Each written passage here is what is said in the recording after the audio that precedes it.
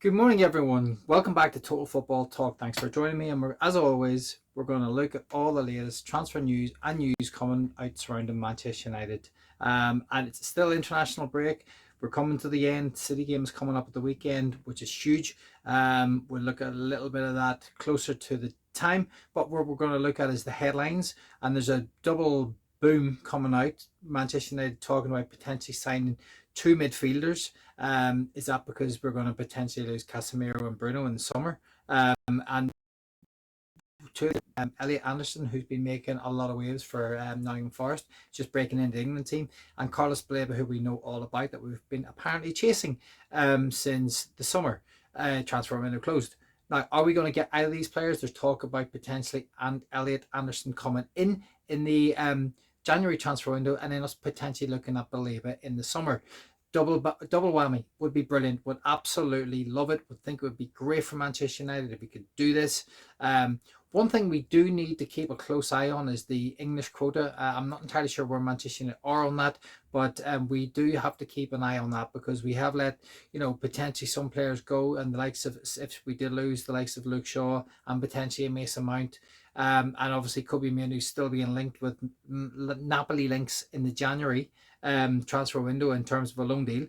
We could lose a lot of players. Now, obviously, Europe's not an issue this year, but if Manchester United are thinking long term and they really want to, they're pinpointing a European position next year, whether it's Champions League, Europa League, and God forbid the Conference League. We're going to have to keep a close eye on that because we're still going to need a proper amount of we're going to need a quota to fill what we need to make sure that we're eligible to kind of work within the constraints of the champion or within European Football Champions League. And getting carried away with myself. But so is the Elliot Anderson, is that a potential link why we're being, why he's being thrust into the mix? Or is he an actual target? Because obviously there was talk about Wharton from Crystal Palace, Adam Wharton being someone that we could potentially buy if we don't get Baleba. But who would you prefer out there? Get your thoughts into the comments and let me know what you good people think. I'm losing my voice this morning. Do you think we need, who would you prefer, Anderson or Wharton? Do you think they would fit our system better? Which one do you think would actually fit the system better? I suppose that's the question. If we were to get Elliot Anderson, we were to get Carlos Baleba, one in January, one in the summer, brilliant. But it's weird that we're talking about this now as soon as the transfer window has closed and we're talking about the next transfer window. As I said, predominantly we just do loans. Bruno Fernandes was probably the last player that was of any kind of quality that we brought in during a January transfer window, and that's going back 2020. It's gone back 5 years now. Is the last time that we done a big deal, and that was because we had injuries at the time. Pogba was out injured, so we had to bring someone in. Are we going to do the same thing again? Are we going to go big on an Elliot Anderson? Sorry, I thought my computer had given up on me there. So that's essentially where we are with all that. We'll look at the other big stories that are coming out. More stuff about Andrew Onana, some stuff about Sandy Lemons, and there's a little bit on Harry Maguire. Apparently, he's drawing interest from clubs again. Could he potentially be on a move in January? Unspecified where, but he's looking to get into that World Cup squad too. Is he going to get enough minutes? He's not really starting for Manchester United.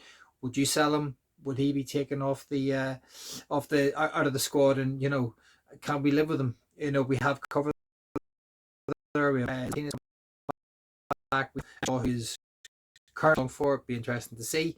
Aiden Heaven and Euro can all play on that left side. We have Mazraoui who's coming back, who can play anywhere along the back three, and De Ligt, who's been a rock solid steady centre half. But we do know that De Ligt gets the odd little sort of injury here and there, so maybe we do need cover for him. And there's also Tyler Fredrickson, who is a very young, accomplished up and coming centre back, and then Goodwill Kikonki in the youth team. So there's quite a lot of cover there. Even though we did let Johnny Evans go in the summer, there's still quite a lot of cover there. But Harry Maguire, will he get a place in the team? Will he find enough minutes to get into that England squad? I don't know. But yeah, so that's what we're talking about. Wharton, sorry, not Wharton, but Elliot Anderson. Wharton's been mentioned before, and Carlos Baleba. Get your comments in below. What do you think? If you're enjoying the content, please hit the old like button. That would massively help me. Please hit the subscribe button. Get your comments down below. That's how you do. And yeah, okay, let's move on to the next story. And this is Andrew Onana again. And I was talking about this yesterday, and this is coming from Loy. Well, Andrew Onana wished to discuss his salary with Manchester United since it was reduced from 170 to 120,000 pound due to the Champions League exit. He had people who were dependent on him in Cameroon when this happened, and it was to do with the Andrew Onana Foundation. Now, I kind of spoke about this yesterday. I think, unfortunately, Andrew Onana has not done himself any favours. We know there's more clips doing the rounds after Cameroon lost to Cape Verde on X, where he shoves someone, I think, allegedly shoves someone. I'm not entirely sure, but you can see from the video yourself kind of that, you know, someone wanted to take a photograph with him and he wasn't quite happy. I think he, you know, we talked about him being a scapegoat. It's just a shame that things have ended the way they have with Andrew Onana. He came in with a lot of hype, came in after the brilliant Champions League final against Manchester City when he was an Inter Milan goalkeeper, and he has really failed to hit those heights and has now really kind of sunk to a low. Obviously, his foundation work is really, really important to him, and I can appreciate that he didn't want to let people down, and that is the reason why he maybe was asking for that pay rise. Unfortunately, it wasn't justified on performance, and we realised that Manchester United, or that Andrew Onana has people relying on him, but you know, some of that's kind of, you know, it was in his contract already. It did say that if they go out of the Champions League the contract would be reduced. And unfortunately, Andrew Onana is one of those players who, you know, helped us on the exit path, which is a real shame. So that's where we are with Andrew Onana, and this was another little bit that had come out from Andrew Onana. Although it's a straight loan, Onana is effectively ending his Manchester United career with this switch. An Old Trafford return after a season in the Super League is highly unlikely. So I think we have potentially seen the end of the days for Onana. There was talk that Ruben and Andrew Onana didn't even really kind of make eye contact on the training field in the last few games. So, you know, so there obviously was a lot of tension between the two of them. And yeah, unfortunately, that is kind of where we are with that. His time as Manchester United's up. Time for him to move on. I hold nothing against him. I hope he goes on to the Super League in Turkey and does very, very well and gets the opportunity for a full, you know, a move on to Trabzonspor or whoever it is in the future, and he does well. No ill against him, just unfortunately not good enough for Manchester United. Now, there was another story that broke. Again, all these stories break after the transfer window was open, and this is coming from Santi. Bit hit and miss, really, Santi, but in, you know, the final few days of the transfer window, Manchester United trying to sign Lyon's Malik Fofana. Jorge Mendes was playing a matchmaking role between Manchester United and Fofana's talent agent, but the green light never came. Now, I think, from my point of view, the reason why we're looking at this is I'm not entirely sure that Andrew or that Ruben Amorim is sold on Ahmad or Dalot playing on that right side, and I think maybe he is looking for a right winger, and Fofana can play on both sides, predominantly on the right, and I think maybe he's looking long term. And if this was actually a true story, which it could be, I don't know, maybe we were looking at him, and maybe we are still thinking about tightening up that right side, because I think that's an area that, you know, Ruben Amorim, despite I think Ahmad maybe has had a slow start to the season, but I think he'll get better.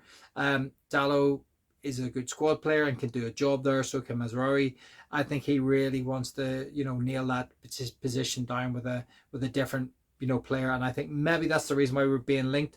Do I think it could happen? I don't know. A couple of other bits. Manchester United believe Casemiro has proven his worth from Ruben Amorim and they're willing to extend his contract to 2027. Nonsense, can't believe that. Don't actually think that's going to happen. That was coming from the touchline. Yeah, I don't know. I mean, they have a lot of followers, but I just don't see anything in that.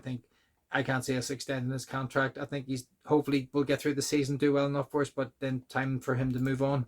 And then Sammy Lemons has been training intensely with Edwin van der Sar since he's moved to Manchester United. I think this is quite interesting. You know, good to see him. Van der Sar, brilliant goalkeeper from Manchester United, absolute legend of the club. You know, won 4 leagues, won the Champions League. Unfortunately, he's still probably maybe behind a little bit, Peter Schmeichel and De Gea. But we got him a bit late in his career, but he was unbelievable, and I was delighted to have him in the team. What I wouldn't give for a Van der Sar now. Unfortunately, we don't have him, but we had a brilliant goalkeeper there, and I think Manchester United. It's great that he's in there, and maybe if he is working with Simon Evans to get him ready for maybe it's the City game. I don't know. We'll have to wait and see. But and the final story that was doing the rounds, again, interesting one. Manchester United have set their sights on signing Sporting defender Zion Devaz in January. Arsenal and Aston Villa are also keen on scouting him. I don't know too much about this Sporting player. It's surprising that Manchester United haven't bought a player from Sporting, because usually that's what happens. A manager comes in from previous team, brings over a couple of players to help him and the players settle in. He hasn't done that yet. We haven't bought anyone from Sporting. We have been linked with Homeland and several others. Obviously, Quenda was going to come in, didn't come in, went to Chelsea. So there's a lot going on there, and Manchester United are doing. They're obviously setting their sights and their targets. Sort of left, right, and centre at the minute. Whether we get this lad from Sporting, I don't know. It's just the source. It's just being talked about. Let's keep an eye on it. The Harry Maguire one's the more interesting one, because if he was to leave, we probably would get a bit of money for him. But can we do without him if the Ligt gets an injury? Yeah, maybe we could. But I personally I'd probably keep Harry to the end of the season, try and battle through, and then deal with. Funny enough, he's another one of the English players that on that English quota, for Europe next year. As I said, I'm maybe getting carried away. Maybe we're not going to make Europe next year, but I can only live in hope, and I hope that we, just keep an eye on that one. Thank you very much for joining me, guys. Appreciate it if you've stuck around to the end. I'm just going to talk a little bit about September the 11th. I had a weird experience on September 11th. This day means quite a lot to me. Coming back from Australia, after spending a year there, I flew into LA that morning, and that was 7 days of being in LA and being stranded, not knowing I was actually going to get home. My parents were freaking out, and I had an Irish lady from Qantas. I can't quite remember her name now. I wish I could. She was unbelievably kind to me, helped me out, helped me get into a hotel, got me put up for 7 days. I think I was the only one on our flight that actually got put up, because I was practically out of money. I blew all my money before I left Australia, and it was a scary time. It was a real scary time flying into LAX that morning. And then finding out that everything had happened in New York, and the devastation and the tragedy that actually took place. I had friends who were living in New York at the time, and I'd been a couple of years previous, the summer of '98 and summer '99. I said my aunt was living there at the time. It was devastating that those people had to go through such terrible events. So yeah, 9/11 will kind of always live long in memory.